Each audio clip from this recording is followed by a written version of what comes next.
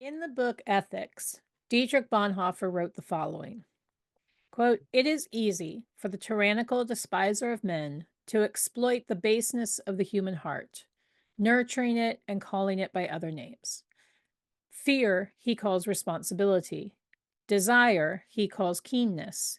Dependency becomes solidarity. Brutality becomes masterfulness. Human weaknesses are played upon with unchaste seductiveness, so that meanness and baseness are reproduced and multiplied ever anew. As the base man grows baser, he becomes an ever more willing and adaptable tool in the hand of the tyrant. The small band of the upright are reviled. Their bravery is called revolt.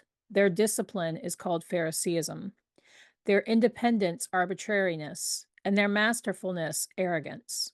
For the tyrannical despiser of men, popularity is the token of the highest love of mankind. His secret, profound mistrust for all human beings he conceals behind words stolen from a true community.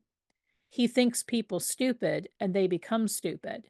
He thinks them weak, and they become weak. He thinks them criminal, and they become criminal.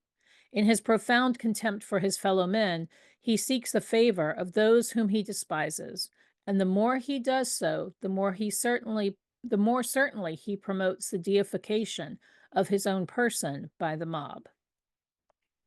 Bonhoeffer wrote these words about Adolf Hitler as he rose to power in Germany. Now, Dietrich Bonhoeffer, as we've heard throughout today's service, was a German Lutheran pastor and a key founding member of the Confessing Church. And the Confessing Church was a movement within German Protestantism that came about in opposition to the German government's effort to consolidate all the Protestant churches into a pro-Nazi German evangelical church. Now, Bonhoeffer was a great theologian, although we don't know what else he would have written about as he got older. In fact, a lot of his writings were published after his execution by the Nazis. So, what does a German Lutheran pastor, theologian, and poet have to tell us today? Well, it's important to add his other well-known attribute. He was a spy for the German resistance movement and part of the plot to overthrow Hitler. Now, people smarter and more knowledgeable than me have said that we are seeing the rise of fascism again here in the United States. And I believe them because I've seen it here in my own town where people dressed in Nazi icons march openly down the street. So, how do we, as a people of faith, respond? This is the question that Bonhoeffer had as well. Eberhard Bethage, Bonhoeffer's close friend and assistant, says this about that time. Soon he was in the forefront of the opposition, persuading and criticizing. Often his proposals for action did not command a majority among his fellow pastors. Who was this unknown 27-year-old to put himself up against those with years of experience in office? Well, 2 days after the seizure of power in Germany, Dietrich Bonhoeffer was commissioned by the Berlin Broadcasting Company to give a talk over the air about the concept of a leader. Bonhoeffer said in that talk, "If the leader allows himself to be persuaded by those he leads who want to turn him into their idol, and those who are led will always hope for this, then the image of the leader will degenerate into that of the misleader. The leader who makes an idol of himself and his office makes a mockery of God." Now, it probably comes as no surprise that that was the first and last time that he was so commissioned to speak for the Berlin Broadcasting Company. In 1933, he presented a paper to a meeting of ministers, causing some to leave in protest. The paper acknowledged that the state had the right to settle even the Jewish issue legitimately, and that was considered good Lutheran theology at the time. And then he demanded that within that framework, the church must ask the state, quote, whether it could answer for its action as legitimate political action. Today, the church must ask this question as regards the Jewish problem with the utmost clarity. Secondly, the church has an unconditional obligation to the victims of any social order, regardless of whether they belong to the Christian community or not.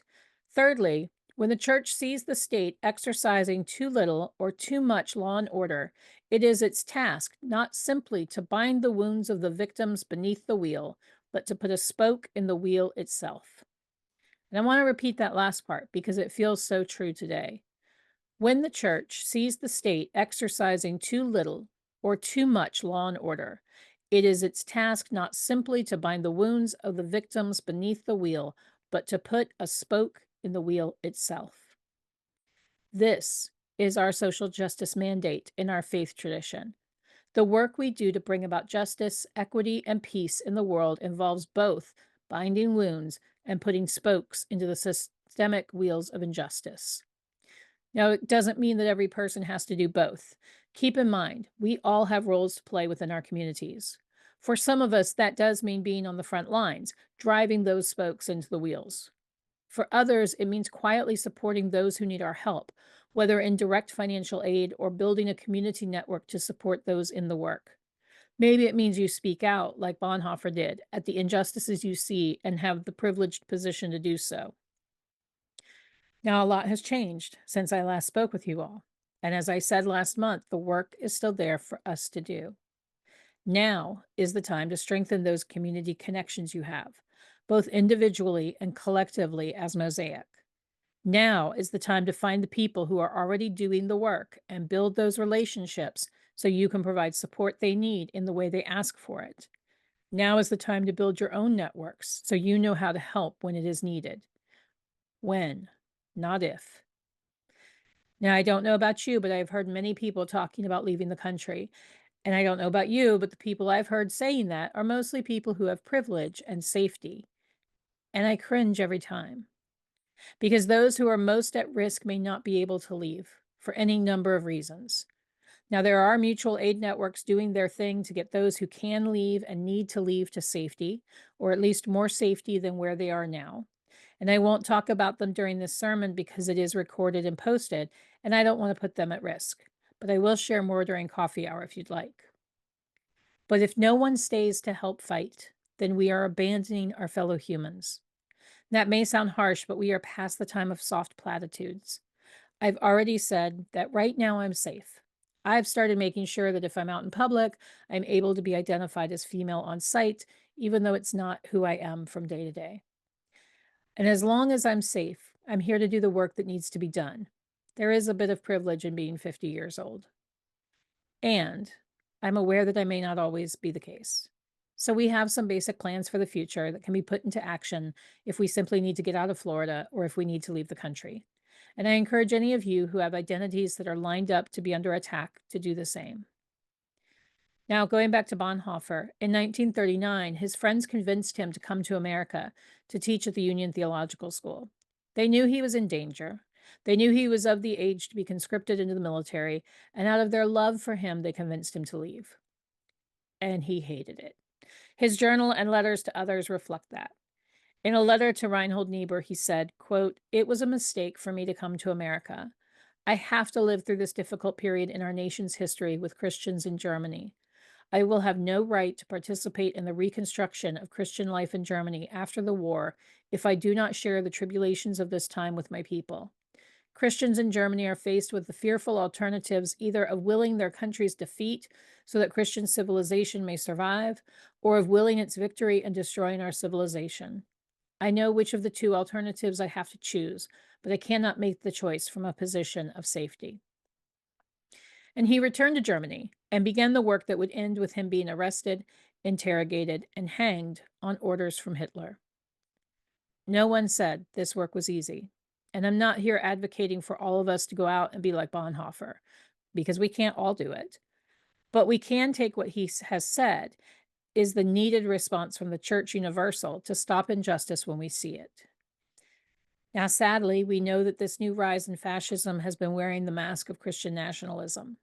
So we know that not every member of the Church Universal will be willing to stop this injustice. And that saddens me, because I'm sure there are good people who have gotten caught up in believing a lie that puts them above others. And I know there are people who are standing up and walking out of churches that preach nationalism because they know it doesn't align with their beliefs. And in the meantime, we still have work to do. I'm going to close. Oh, I can see him. I'm going to close with the words of Dietrich Bonhoeffer that he wrote to the members of the conspiracy to overthrow Hitler. Quote, "It remains an experience of inestimable value that for once we have learned to see the great events of world history from below, from the perspective of the excluded, the suspected, the ill-treated, the powerless, the oppressed and despised. In short, the suffering. If only no bitterness or envy has gnawed at our hearts at such a time, so that we can see the great things and the small, happiness and misery, strength and weakness with new eyes, so that our perception of the significant, of humanity, justice, and mercy has become clearer, freer, and less corruptible, so that personal suffering becomes a more useful key, a more fruitful principle for viewing and actively understanding the world than personal happiness. It is only a question of not allowing these perspectives from below to become a prop for the eternally dissatisfied, but instead doing justice to life and giving our assent to it in all its dimensions from a higher contentment which has its true source beyond all concepts of above and below. Friends, we cannot put our heads in the sand. We are now being called to do the work we never thought we'd have to do in this time. Find your grounding for this work. Take care of yourselves, take care of your beloveds, and take care of your communities. Amen. May it be so, and blessed be.